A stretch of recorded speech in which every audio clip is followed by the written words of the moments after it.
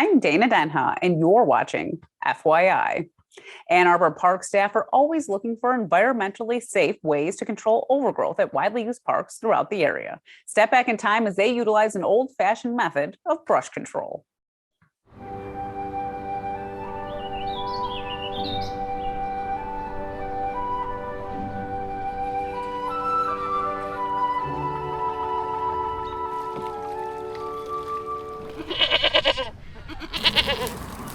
Gallup Park has gone to the goats as they work overtime clearing invasive plant species from 2 park islands. Goatscaping is using goats to clear areas that are overgrown with invasive species and prep the area for the owners to be able to use it in a way that they would like to have it used. They have areas that they wanted to try and get cleared. They don't want to use chemicals if they don't have to. Especially being right by the water, you don't want to have sprays and stuff like that. So it was a good match for what they needed done. 10 goats worked around the clock, clearing honeysuckle, buckthorn, and even poison ivy. Don't have to go anywhere with them. They're comfortable in this setting here, and they'll bed down when they're ready to take a rest, and that's all they need. People are becoming more aware of the using of the chemicals and stuff, that they're trying to get away from that. And I think a lot of things are going back to the older ways of doing business, you know.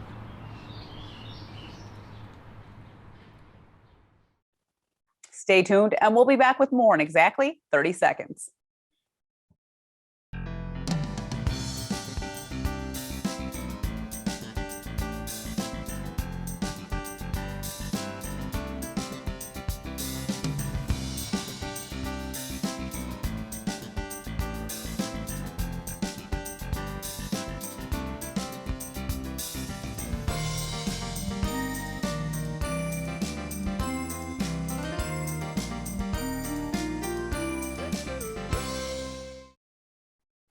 It's recommended by any doctor to get the proper amount of exercise in your daily routine, but it can be daunting to find an activity that's fun and fitness friendly. Now people all over the area are getting moving with a racket and ball.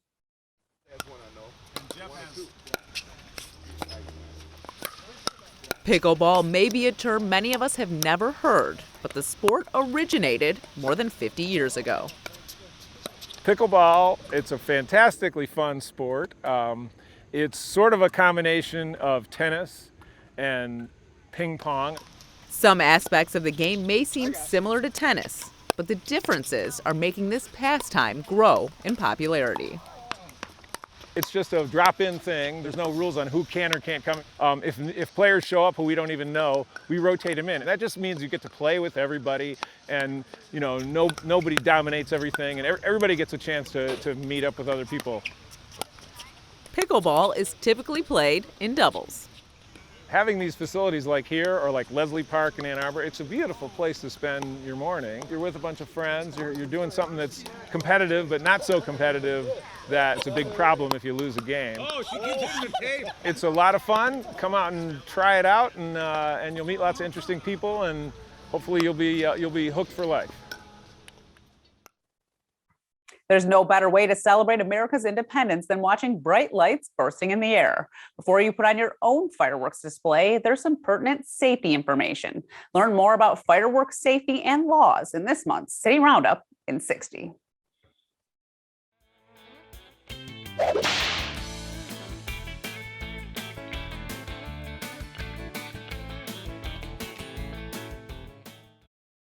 Hi there, Mike Kennedy, Fire Chief, Ann Arbor Fire Department, here to talk about fireworks safety for the upcoming holiday. Fireworks in the city of Ann Arbor can only be shot off on July 3rd, 4th, and 5th between 8 a.m. and midnight on those 3 days. Fireworks are not allowed to be displayed on city parks, on city right-of-way, or city streets. And you have to have permission from any property owner that you're going to set them off at. You are responsible for any damage or fires that's caused by fireworks, and we always recommend that the safest fireworks are those that you go and see by a professional display at a safe distance. The July 4th holiday is the #1 day of the year for ER visits, and a lot of that is attributable to fireworks. So we hope everyone has a happy and safe July 4th holiday. If you're going to see fireworks, please go to a professional display. Thank you. The downtown has a lot happening this June through August with A2 Summer Streets. Thursdays through Sundays experience live music, a plethora of activities, and delicious brunches. Joining me is Sandra Andrade, Executive Director of the Main Street Area Association, and Matthew Altruda, host of the Ann Arbor Streetown Sound and curator of Sonic Lunch. Welcome to the show. Thank you. You know, let's talk about what A2 Summer Streets is and how it came about. Yeah, so really it came about with the pandemic and creating block closures for more space outside for folks and restaurants and businesses to expand into. That turned out to be a big success that people in the community and businesses love. So this is the first year we've done a lot of surveys in the community and the businesses, and they just want more. They want music, they want to be engaged. So this is the first year we really have the opportunity to do that. So of course, immediately we think Matthew Altruda, music in town. He knows, all of it. So anyway, so we partnered with him to help us out with Thursday night music series. And we're also doing a community mornings on Friday, Saturday mornings. And we have, basically we will open it up to anybody in the community, any nonprofit business that wants to do some sort of free public engagement. And then we are highlighting our Sunday brunches. So we have multiple things going on to engage the space. I will say I visited the Taste of Ann Arbor this past weekend, and it was probably the busiest I've ever seen it. It was insane. So I think that sort of is a testament that people want this sort of thing downtown where the streets are closed and you can just hang out and listen to music and eat food. And yeah, it's great. It creates a great atmosphere and to not worry about cars, and your kids can kind of run around and you can just sit and watch, enjoy, no traffic, and just space in the downtown is great. It's fantastic. And I'll honestly say during the times when the streets are closed, it's not like I miss being able to drive on those streets. It's actually nicer to just be able to hang out on those streets. Yeah, and actually parking. So we have added accessible parking around, so that we try to address that loss of street accessible parking. And in addition, the parking garages have been, it hasn't been a problem. So there's still parking around the area, which is really nice. Tell us when it is and like what time of day it starts. Yeah, so we do Main and Liberty, Main between William and Washington, and Liberty between Ashley and 4th. We start at 4 p.m. on Thursdays and go through 6 a.m. Monday mornings. And then the block of Washington between Main and Ashley, that is a 7-day closure. So yeah, they were able to do it because they're not on that main strip, and it was, everybody on the block wants it. So, why not? So we have Matthew with us. Matthew, why don't you tell us about the Thursday night music and what we can sort of expect to see? There's a lot of stages, right? There's like 3 different stages too. Correct. There's 3 different stages, and there's also some roaming musicians also. It just represents our community very well with all different types of genres, with all different age groups. And it's a combination of great people from the community coming together that want to share their arts downtown. The lineups, it's very diverse. We have everything from 20-piece big bands to jam bands to bluegrass bands to solo artists to reggae DJs, to kids bands to Detroit indie rockers to quartets with cellos and violins. We really tried to put something together that was diverse and a great representation of our incredible music scene here in the city. Can you tell us about some of the specific acts that we will see? I think some of them are pretty local too. I think I've interviewed the Huron Valley Harmonizers myself before, and Yep. You'll see a couple of these performers throughout the season, right? You'll see them come back again. Yep. We don't have a lot of repeats, but we have a pretty robust lineup from Depot Town Big Band, which is an 18-piece jazz big band, to the 251 Orchestra, which is also a 20-piece jazz big band. We have Pajamas, who's a jam band, Fangs and Twang, which is a band that just makes songs about monsters, which the kids are going to love. We have Indigo Curve, which is a really up-and-coming indie band from Detroit, to like DJ Sunny Jaw, who's doing a reggae set, and Bill Edwards, which is country music, and Abigail Stauffer, who's a folk artist, Mural Monster, which has like elements of electronica. So I mean, I'm extremely proud of the musicians in Ann Arbor really wanting to embrace this and be a part of it and really grow it into a tradition for years to come. How do you secure the bands? Do they have to apply? How does it happen? This year we moved quick this year, and I basically went to different like Facebook groups that are music related in the city, like Ann Arbor Loves Live Music, and really just asked artists if they were interested in playing and to reach out to me. And it really started with a very organic feel. And we were trying to be, with Ann Arbor Summer Festival and Sonic Lunch, really try to find the artists that maybe weren't playing those or not too close, and really giving opportunities to more bands to play. Are you involved? Because there's live entertainment also during the brunching segment on Saturdays and Sundays. Were you involved in that as well? Just a little bit of insight. I really just focused on the Thursday night festival. As someone that's sort of a music authority in the area, talk about the importance of having that variety. I'm sure you talk to a lot of people locally about like their musical tastes and stuff, and you kind of have a grasp on what people are interested in.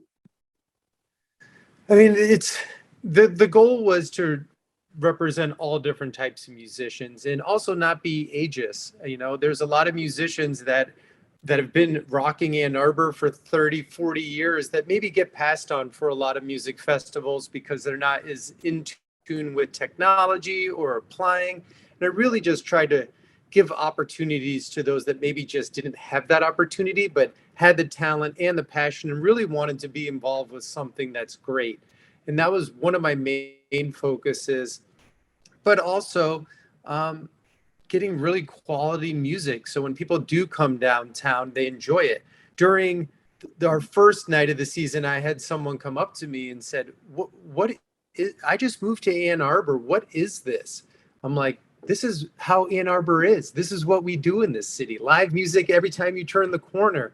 It's really just planting the seeds for the future, because Ann Arbor truly is one of the best music cities in America. And the more opportunities we can give our incredible musicians to play, the better they'll reflect on the cultures and arts in our city. So Sandra, during Thursday music nights, you can also sort of walk around and eat, and there's participating restaurants. Yeah, so we're excited that we have the social district in play now, and that basically encompasses the entire area that we have these stages.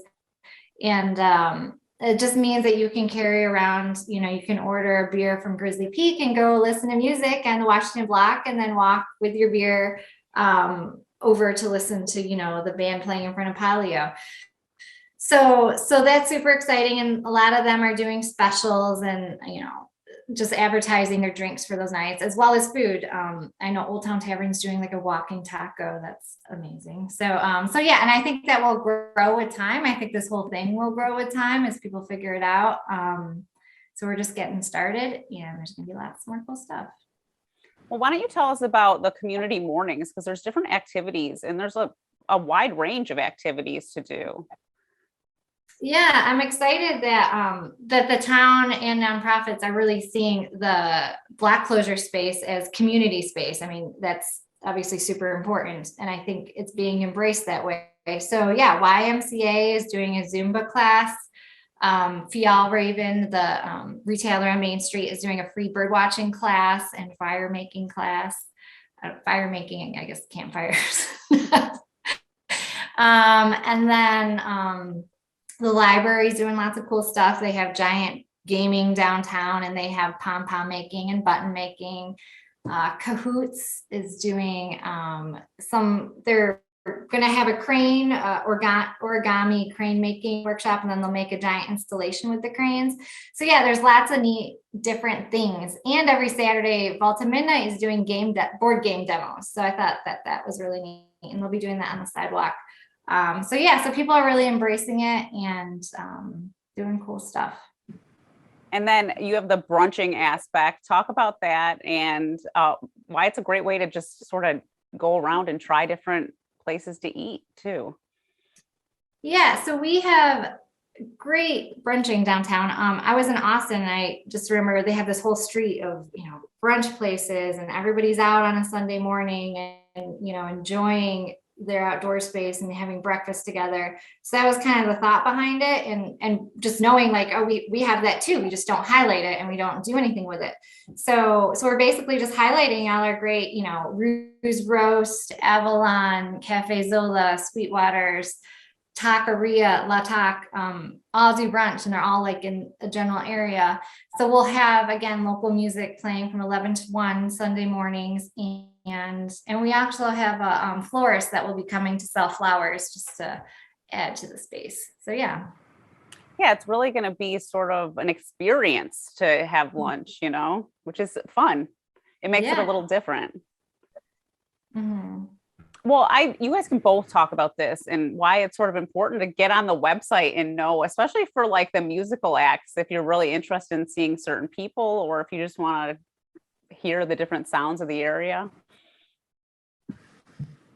I can chime in on this. And first, I just want to thank Sandra for her insight and her, creativity for trying to put this event together and reaching out to me, because I have so much passion for downtown Ann Arbor. And the music, obviously, I'm super passionate about with Sonic Lunch and my radio show.